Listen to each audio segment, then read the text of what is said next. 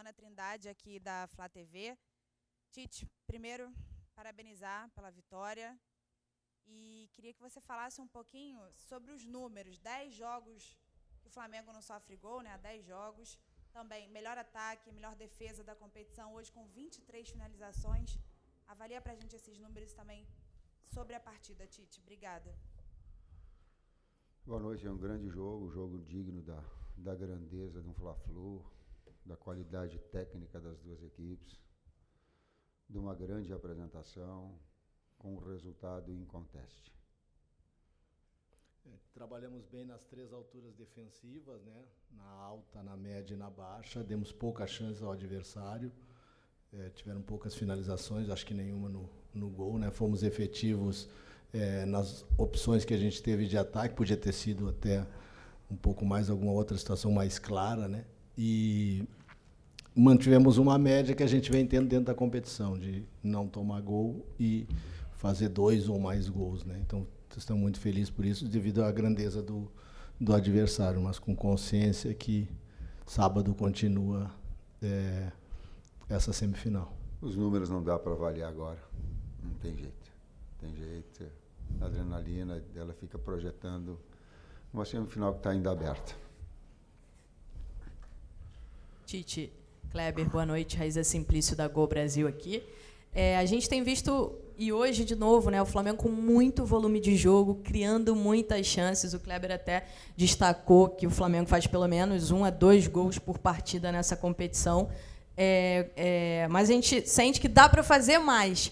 Como é que está isso? Você já falou algumas vezes sobre contundência, vocês conversam isso, trabalham com jogadores. Hoje, na minha opinião, o Flamengo poderia ter feito 4, 5 tranquilamente.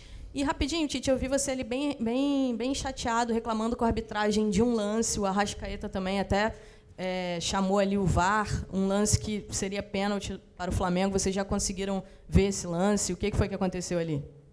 Eu vi, tenho opinião, porém a direção que vai falar a respeito. E do outro lado tem Fábio no gol, né? Trabalhamos normalmente essa semana, tivemos 5 dias de trabalho, trabalhamos bastante finalizações e as outras valências, né, táticas e técnicas também. Vamos continuar trabalhando com os meias, com os atacantes, movimentações estratégicas e finalizações, né, de bola de fundo, de bola frontal. O trabalho é esse, e procurar cada vez mais. A gente sempre tem batido na questão da evolução da equipe, procurar evoluir jogo a jogo. Buenas noches, por acá. Aquí. Quería consultarles por Eric Pulgar, viene haciendo buenos partidos. Hoy, cuando había pocos espacios, él manda el cruzamiento para el primer gol de Everton Cebolinha. Además, lo suma a una convocatoria reciente a la selección chilena. Si pudieran analizar el momento de Eric Pulgar, se lo agradecería. Buenas noches. O Eric vem fazendo grandes jogos, né? Teve um problema que ficou fora de 1 ou 2 partidas, um problema de não lembro se foi dengue, que foi, não estou lembrado agora. Voltou bem, como tinha terminado o ano passado bem, é um grande jogador, faz uma função, faz como primeiro, faz função como segundo, e hoje fez um grande jogo novamente. Sentiu um pouquinho, e a entrada do Igor, a gente está muito feliz, mais um bom jogo do Igor, que também faz bem essa função, né? Um menino que vem crescendo também, a gente fica feliz pelos meninos também. Eric é um grande jogador. Grande jogador. Boa noite, Tite. Boa noite, Kleber. Aqui, Sidão Marinho da Litoral News. Acho que, se a gente olhar para o futebol brasileiro hoje, nenhuma equipe tem um jogo coletivo tão qualificado como o Flamengo tem, né, sob o comando de vocês. Claro que do lado individual o time é muito forte, mas o coletivo da equipe sobressai dentro de campo. Lembro que na última coletiva você falou um pouco sobre a solidariedade, né, essa família que o Flamengo está formando. Queria que vocês analisassem um pouco esse jogo coletivo do Flamengo, a importância disso para essa sequência muito positiva. E, se me permite uma segunda pergunta, de que maneira trabalhar durante essa semana para manter os jogadores focados, mesmo sabendo que o Fluminense tem que fazer 3 gols de diferença para tirar o Flamengo da final? Obrigado. Eu entendo a pergunta que tu colocaste, tu usou a conotação família, mas não é uma família. A família é uma coisa sagrada. Pai, filho, mãe, não tem igual.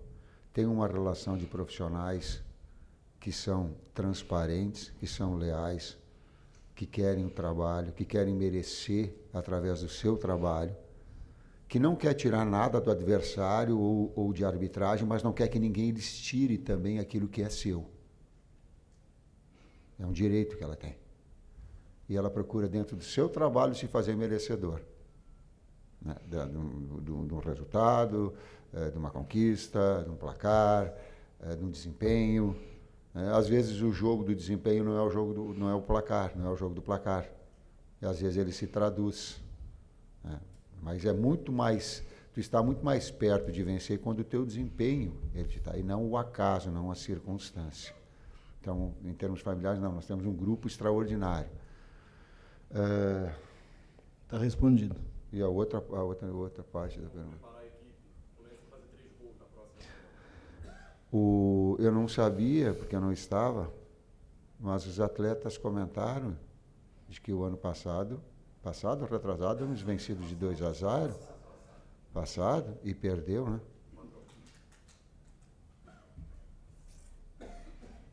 Tite, boa noite, Kleber, aqui à sua direita. Parabéns pela vitória. E, Tite, um jogo que o Flamengo sofreu muito pouco, né? Eu só me recordo de uma chance do Fluminense, que foi um cruzamento, que o Diogo Barbosa bateu por cima, e um lance que origina lá na frente, numa pressão, o Flamengo lá na linha de fundo, que o Cebolinha acho que larga o Arias, e aí o Fluminense consegue sair naquela primeira linha e chegar na única chance, né? Só isso. Taticamente o time parece estar quase perfeito, né? Eu queria saber se você considera que taticamente esse time já tem a sua cara, já está taticamente do jeito que você gosta. E, se me permite uma segunda pergunta, o Léo Ortiz foi apresentado ontem, contratação recente, queria que você pudesse comentar um pouquinho sobre esse jogador. E que dor de cabeça, né? Uma defesa que não sofre gol, como é que fica para chegar um jogador? Obrigado. A gente, como eu falei na resposta anterior, a gente, no processo defensivo, faz a marcação nas 3 alturas, né? Estuda muito o adversário, procurou marcar bem nesse primeiro momento da bola de saída, da iniciação do Fluminense, com uma pressão alta, forte, com todas as formas que eles têm de saída. Depois, na média, também bem organizado. E na baixa, a gente já vem trabalhando, né? Conforme adversário, a gente muda um pouquinho a estratégia, algum detalhe ou outro. Estudamos muito os adversários para isso. Então, essa consistência, a gente fala, não é a melhor defesa, né? A questão não é o zagueiro ou o lateral, a questão é o time que se defende, a forma que se defende. E essa solidariedade que eles têm em conjunto, o coletivo que se falou para jogar, mas também para defender. Então, por isso que a gente bate muito na questão do equilíbrio, né? De não tomar gol é importante, quanto menos gol tomar é importante, mas também buscar o gol na hora que tem essa posse. Roubar essa bola lá na frente significa ter a posse para também levar perigo ao adversário, às vezes até no setor mais perto do gol. E a gente fez bem, né? Tiveram essa escapada, e que é normal pela grandeza do adversário, né? Mas a gente tem evoluído e vamos continuar trabalhando e evoluindo. Ele fala em consistência defensiva, o Matheus fala em fazer gol. Equilíbrio. Tem que ter os dois.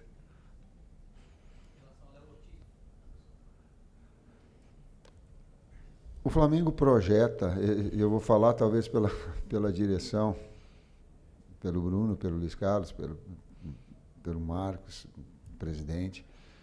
Ele projeta uma equipe a médio e longo prazo, independentemente do técnico. Então ele tem 2 atletas que estão jogando muito e selecionáveis. Ele tem um extraordinário jogador, que é o Davi, com toda a experiência. Ele tem um garoto surgindo e procurando seu espaço, que é o Bahia. Então, tu tem que ter nessa estrutura, saiu o Rodrigo Caio, saiu o Pablo, de ter um jogador desse nível em função de reposição. E o Léo se encaixa tanto no perfil técnico quanto no perfil pessoa, para manter uma longevidade, digamos assim, colocar em diversas idades, diversos níveis, diversas experiências, esses atletas todos. O Bruno fez assim, então ele... Concordo.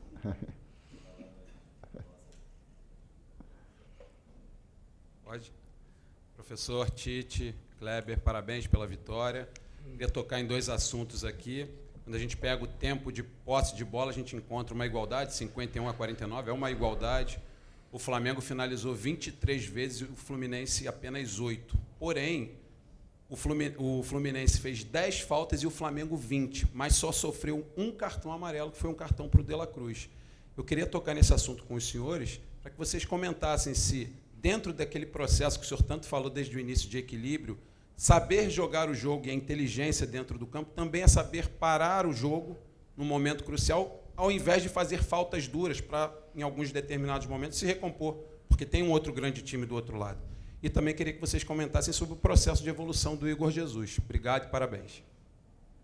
Vou começar pelo Igor, né? Assim como a gente citou o Bahia, assim como tem o Vitor, que já estava no grupo quando chegou, o retorno do Matheus, o Flamengo tem, por tradição, né, revelar jogadores. Então a gente traz, o menino fez uma cirurgia no final do ano passado, se eu não me engano, recuperou, né, trabalhou com a gente na pré-temporada ainda em recuperação, voltou. E nas condições, é importante também esses grandes atletas que o Flamengo traz para dar essa confiança, né, para ensinar algumas coisas, né. O Sampaio, que foi um grande volante, tem um cuidado com os jogadores na função. Então o Igor é um menino que vem crescendo, tem muito ainda para evoluir, mas é uma grata surpresa. Hoje entrou e fez um bom jogo novamente. A questão das faltas não é um número que nos nossos jogos aparece muito. Eu acho que na maioria dos jogos a gente faz menos falta que o adversário. E hoje, minha opinião, das 20 faltas que aconteceram, se fosse um jogo de Libertadores, eu acho que a gente faria umas 10. Então, por isso, até de repente, tem aumentado o nosso número de faltas, né?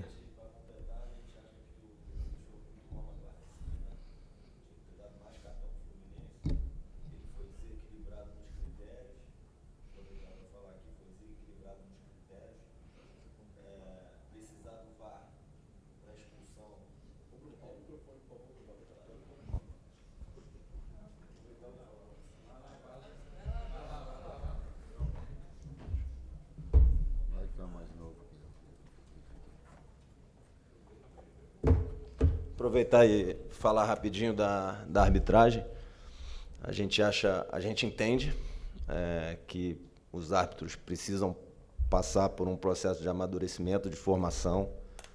A gente apoia a FERJ nesse sentido, apoia a transparência.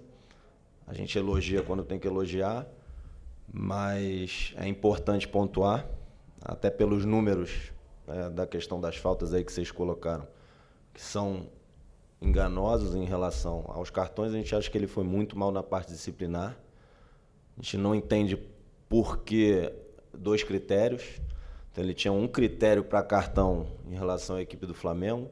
Se eu não me engano, o Arrasca sofreu umas 3 faltas parecidas com a que o Nico fez. O Nico levou o amarelo.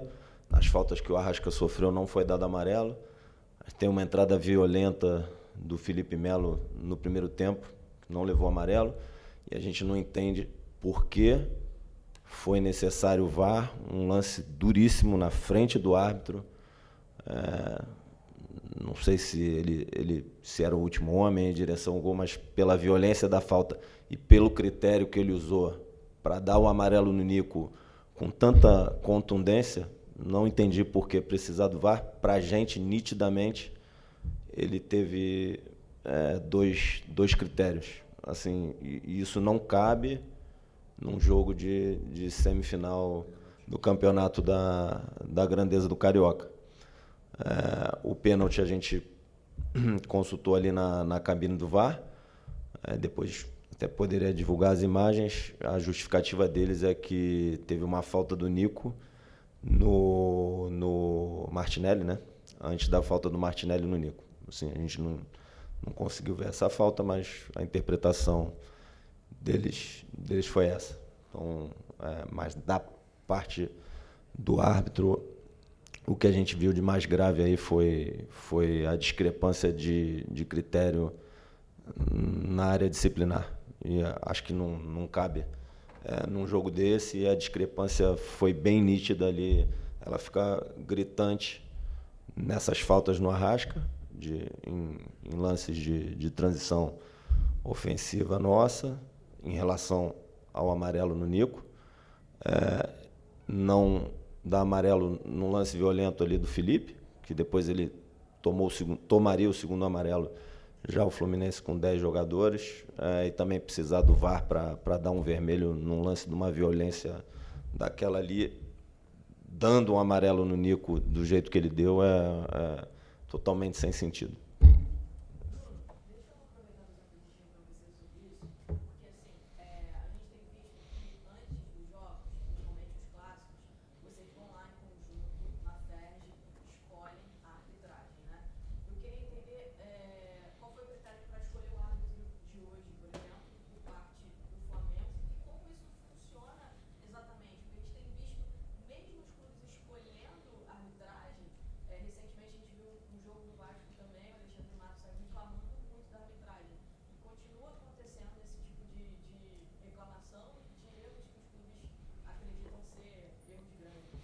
Assim, do ponto de vista da transparência e coerência, a gente só tem a elogiar a FERJ, como na questão do pênalti que eles nos receberam ali logo após o jogo.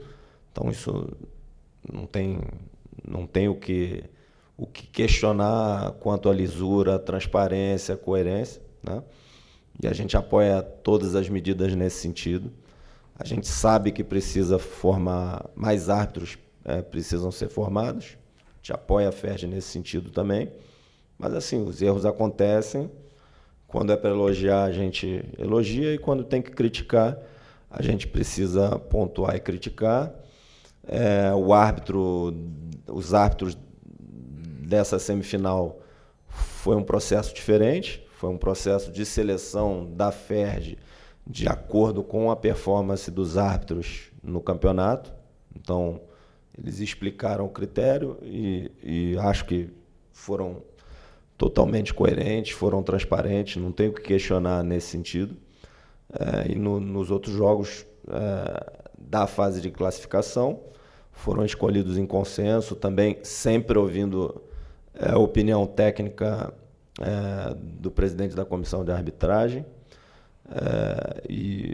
Enfim, a gente tem a confiança na FERJ, tem a confiança no presidente da comissão, nos processos. Agora, os erros acontecem. O que incomoda a gente é quando tem falta de uniformidade, por exemplo, de critério. Assim, se o critério for o mesmo para as duas equipes, está tudo certo. Mas, do jeito que foi hoje, a questão disciplinar incomodou a gente. Quanto à escolha do árbitro, acho que a escala foi correta. A gente confia no presidente da comissão, confia na FERJ. Tem sido extremamente transparente. Como eu disse aqui, receberam a gente no VAR, mas quando os erros acontecem, a gente precisa pontuar. Espero que, enfim, no próximo jogo da semifinal transcorra tudo bem, sem problema. Não só a escalação do árbitro, mas a escalação do VAR daqui a pouco. Sim, escalar, né? Sim. Vai ter uma reunião nessa semana agora para a definição do árbitro e do VAR do segundo jogo, da semifinal. Obrigado, boa noite.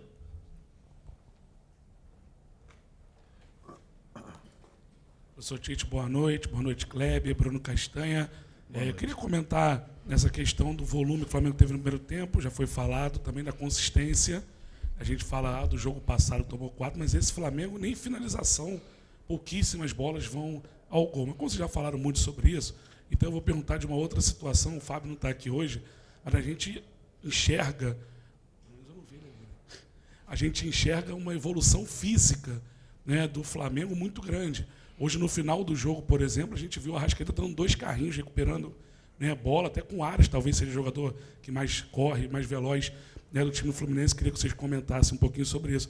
E só um detalhe que a gente também enxerga vindo ali de cima, muitas das vezes vocês trocam, né, você e o Matheus, pela bola parada, nesse momento que vocês fazem uma troca, o Matheus vai para a beira do campo ali, você sai, só para poder explicar isso para a gente também. Obrigado e parabéns pela vitória.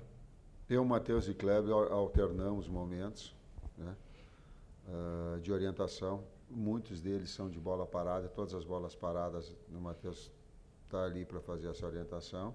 Eventualmente, em situações de bola andando, ele e Kleber, a gente fica alternando. Até para poupar o meu joelho um pouco. Quanto à questão da parte física, o Flamengo nos dá uma estrutura maravilhosa, física, né? E uma estrutura de profissionais de altíssimo nível também, que ajuda o Fábio, que é o preparador físico que chegou com a gente.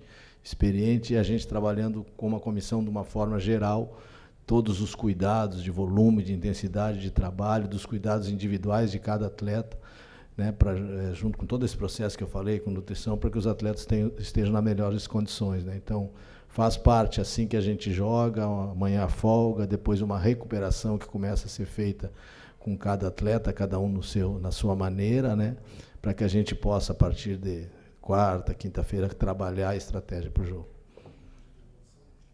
Sim, evoluindo e manter esse nível, né? Mas para mim o grande detalhe é a recuperação e o volume e o equilíbrio, que é uma palavra que a gente usa, o equilíbrio desse volume, intensidade nos treinos, para que a gente possa manter o atleta, e a gente usa o termo que é fresco, né?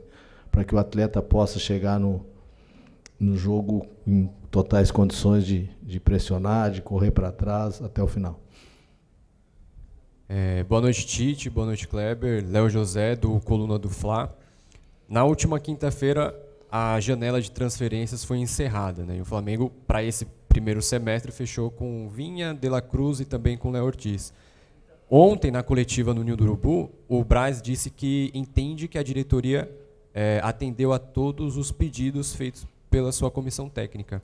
A pergunta é, na sua visão, o Flamengo ele atendeu aos pedidos que você fez para a manutenção do elenco? E esse elenco está fechado já em relação, pensando no início de Libertadores, de Brasileirão, de Copa do Brasil? Marcos falou, está falado. A gente trabalha de uma forma... há uma relação e há um diálogo constante nessa busca. Claro que a grandeza do Flamengo, como eu falei anteriormente, até você, ele vai estar aberto a situações que elas possam acontecer dentro do próprio cenário, acredito, do cenário nacional, né? Então, o internacional não, mas o cenário nacional tem, e aí a gente conduz, mas é de uma forma com sintonia. Aqui, Tite, boa noite, Kleber. Kleber, você falou sobre o treinamento feito em relação às diferentes alturas do bloco de marcação, médio, baixo e alto. E aí, Tite, teve um pequeno período, antes da expulsão do jogador do Fluminense, que o Fluminense começou a impor um pouco mais de volume, mais cruzamentos para a área, e o Flamengo com dificuldade de realizar essa transição. Eu queria te perguntar se isso foi uma consequência direta do jogo ou foi uma estratégia iniciar o segundo tempo num bloco mais recuado para criar mais espaço na frente, e aí, após a expulsão, o Flamengo com mais conforto pela superioridade numérica, conseguiu voltar a pressionar um pouco mais acima. Marcos Martins, do canal da QSRN. Não, foi pela qualidade do Fluminense. Quando tem um Fla-Flu com jogadores de tanta qualidade técnica, inevitavelmente eles vão conseguir construir. São diversos e diferentes jogos dentro do mesmo jogo. Isso é do jogo, é da partida saber trabalhar, mas foi qualidade do Fluminense, não como ideia. Última pergunta aqui. Tite, Kleber, parabéns pela vitória. Até falando a respeito desse equilíbrio que é tão buscado no trabalho diário no Ninho do Urubu e nas partidas, a atuação do Everton Cebolinha, você às vezes evita falar em atuações individuais, mas o Everton Cebolinha, no meu entendimento, hoje ele se destacou, talvez tenha sido o maior destaque da partida. Não apenas pelo gol marcado, que muitas vezes se analisa a partida pelo resultado e não pelo desempenho, mas também pela entrega dele sem a bola.